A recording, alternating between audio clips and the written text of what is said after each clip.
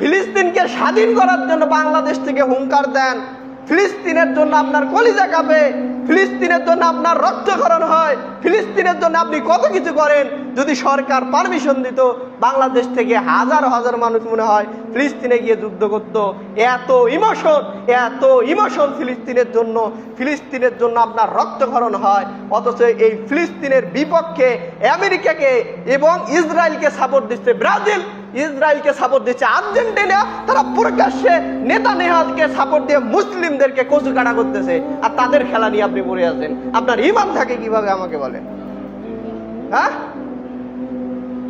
আপনি এখনই খবরের কাগজ খুলেন, দেখতে পারবেন গত পরশু দিন একটা রিপোর্ট বের হয়েছে, আমেরিকাকে ইসরায়েলকে প্রকাশ্যে সমর্থন দিচ্ছে এই ব্রাজিল, প্রকাশ্যে সমর্থন দিচ্ছে ভারত, প্রকাশ্যে সমর্থন দিচ্ছে আপনার হচ্ছে আর্জেন্টিনা, এইরকম কিছু দেশ প্রকাশ্যে সমর্থন দিচ্ছে। তোমরা কি করো? মুসলিমদেরকে কচুকাটা করো, মুসলিমদেরকে মারো, মুসলিমের উপর নির্যাতন করো। যুগের পর যুগ থেকে নির্যাতন হচ্ছেন, যুগের পর যুগ থেকে মানুষ মারতেছেন, তবু আপনি বলতেছেন আমি ফিলিস্তিনকে ভালোবাসি। আর রাত হলে আপনি ব্রাজিলের সাপোর্টার, আর্জেন্টিনার সাপোর্টার। এটা কেমনে মানা যায় মুসলিমের সাথে? এটা কেমনে হয় বলেন তো? কেমনে এটা মানা যায় বলেন?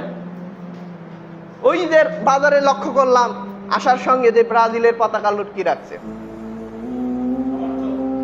লটকিয়ে রাখছে, রাখে নাই? রাখছে।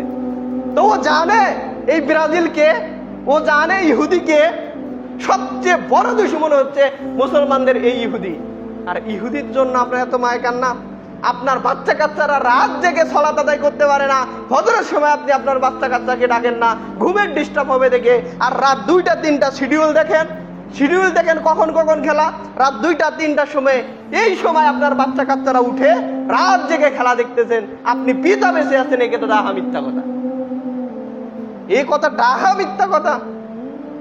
রাত জেগে আপনার ছেলে খেলা দেখতে পারে, খেলা না দেখতে পারলে সকালে ফেসবুকে ঢুকে, ইউটিউবে ঢুকে খেলা দেখে, তাও তাকে খেলা দেখতেই হবে।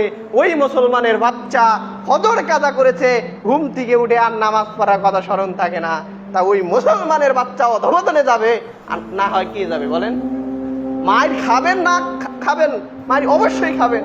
আল্লাহ এবং তার রাসূলের বিধান থেকে আস্তে আস্তে যখন দূরে সরে যাবে, অবভিয়াসলি আপনি মায়ের খাবেন। আজকে মুসলমানেরা নাই, ধ্বংসের পথে চলে গিয়েছে। সেজন্য আমাদেরকে এই জাহিলিয়াত থেকে বের হতে হবে।